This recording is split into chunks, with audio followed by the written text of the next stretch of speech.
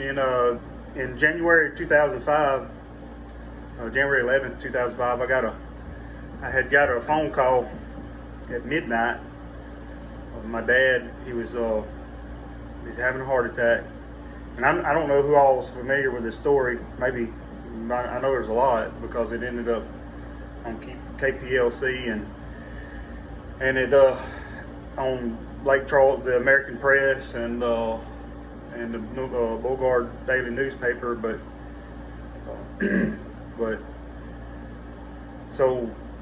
anyway, we've got a call that my dad was having a heart attack. He was in the hospital, not doing good. So I got up out of bed, rushed to the hospital, and of course, the time I got there, he was gone. And now, what I didn't realize then, didn't hear then, but I heard later, a story of it was concerning a state trooper had followed my dad, and he had held up my stepmom, held up my dad and my stepmom in the parking lot of the hospital, and he held them up for several minutes, but finally, if I recall the story correctly, either a city police or Beauregard Parish deputy eventually went and got a nurse, and they went and got a wheelchair and got my dad into the hospital. But this state trooper, he proceeded to write my mother-in-law a ticket for failure to yield to emergency vehicle and speeding. I can't remember the speed. I think it was like 63 and a 35 or something like that. And I'm not going to say his name because this video is not. I'm not giving this video with the intent of trying to call him out or anything, or bring this story back up to bring ridicule to him or anything such as that. I wanted to tell this story because the effect that it had on me. So after I heard what happened to him, of course, naturally, anytime something like that happens to your parents or to anybody you love, you're going to get mad, you're going to get frustrated. But I just want to say that for years I carried that. I was pretty upset with what took place that day. I was angry with the state troopers, and I just tell you how angry I was. I was on my way to work to the oil field. I worked in the oil field back then, and there was a state trooper that was sitting at a gas station. There was a red light, and I just let you know, I was pretty upset. I was angry. I was an angry person. I was bitter. Yes, and there's no excuse for my anger, for the way I've acted toward state troopers. But that one particular state trooper, I seen him sitting there, and the red light, it turned red, and so intentionally, now I kid you not, true story, intentionally, I floored the truck, spun tires, took off. I knew the state trooper was going to come after me, and sure enough, he did. He pulled me over, and I kid you not, he wrote me a ticket for reckless driving, I believe it was, and I had reached the speed of, I can't remember exactly what the speed was, but I was speeding. So 2 tickets right there. I kid you not, I got in, I was in the truck, and I took off again. Same thing. Took off fast. But I was angry. And of course, he pulled me over again, wrote me this exact same thing.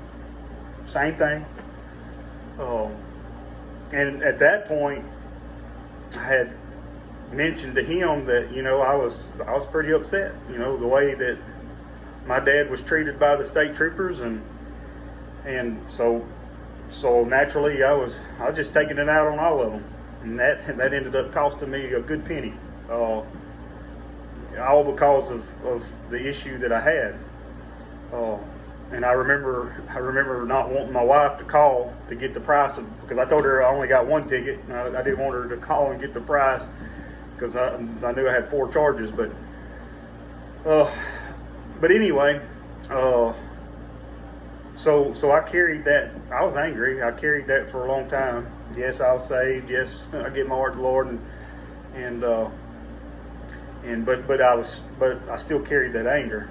And now fast forward to January the 20th of 2023, I get a phone call, and this time it's my son had gotten in a wreck. And so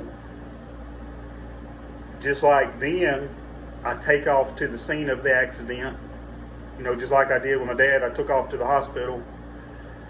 This time I took off to the scene of the accident where the accident happened, and I remember driving up on scene, and I pulled off to the side, and I remember a state trooper approaching the vehicle. He said, I can't remember exactly what I said to him, but I remember him saying, pull off in front of your wife, up there in front of the vehicle your wife's in. Pull off up there. I remember that. And but I remember just everything taking place, and the hurt and the pain and everything that I was feeling, and I almost can. It's odd. I can remember every detail about that morning. But what stuck out to me the most about that whole morning was the kind treatment and everything that there was two state troopers there, and I'm not going to say their name. I'm going to leave their name out. I just wrote a post about this, a little bit about it. But these two state troopers, they treated me and my family, they treated us so well. And so did the first responders, and there was a deputy, sheriff deputy there, and they all did. But the reason I remember these state troopers so well is because it takes me back to the way that my dad was treated by the one state trooper. And so that day, that morning, and I had already got over my anger a long time ago with the state troopers. I really did. I was over it. I was past it. I forgive the man. I honestly do. I forgive him. I let it go. Sometimes, he's never reached out to the family and apologized to us, and I ain't asking him to. I could care less if he does or not. I forgive him. I've let it go. And it's in the past. It's over and done with. It's over and said with. But the whole point of this video, what I want to say is that you can't judge the whole organization over one. You can't treat everybody, every single person that belongs to that organization, you can't treat them a certain way because of one, because the way one treated you. And also something about this is you have to forgive, even though there was never an apology given or nothing. You still have to forgive. You have to move on. You have to let go.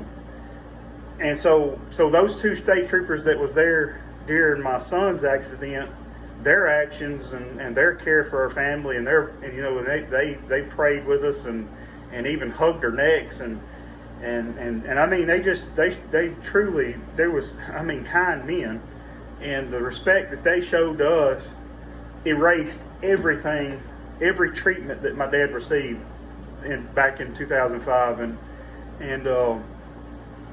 it taught me something. That morning I learned something, and I learned that you have to let go. You let go and let God, as the saying goes. And the Lord's been good to us. He's been good to my family. He's been good to us throughout the years since 2005. I have no complaints. God's been good. The Lord saved me. The Lord, He's put me in a ministry. He's given me a church to pastor.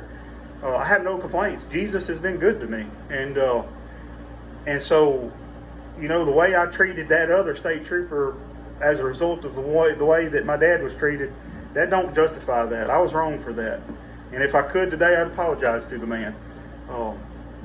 And so I'm just saying this evening is that let go of that anger, let go of that bitterness, and don't judge everybody according to one. Not everybody's not the same. Everybody's different. People's different, and so and again, I have to say this again. I forgive that man. I really have. So no ill feelings toward him from me.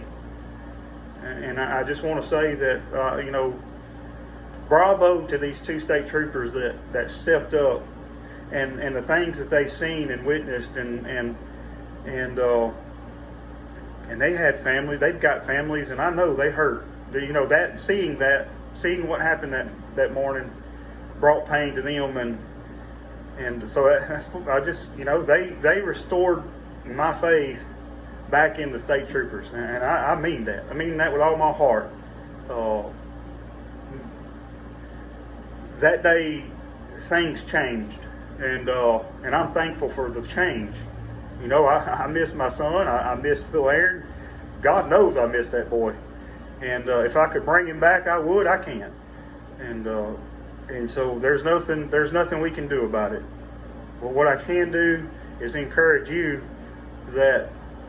everybody that listens to this video, watches this video, and law enforcement out there. Just hey, continue on. You are a true help to families out there, and my hat's off to you, and I appreciate what you do. And to all everybody else that's not in law enforcement or first responders or firefighters, whatever the case may be, man, we owe these people, we owe them a lot. I mean, they're on the front lines. They're out there going to these tragic scenes. They're putting out house fires. They're saving families out of these house fires. They're saving lives. Some of them are taking bullets for folks out there. I mean, they really, and you can't judge a few bad apples. You can't judge the whole organization because of some bad apples. They're doing the best that they can, the majority, and so y'all, I've forgiven. I've let go. God is good, and God has seen us through this, and He'll continue to see us through this. And so to the fellas out there, I don't know if they'll watch this or not. I don't know who will watch this, but if you fellas watch this, hey, I pray for you. I love you. I think about you all the time. And if you ever need anything from me, find my number. Find me. It's just look me up. If you need a prayer, whatever you need, I'll be there for you.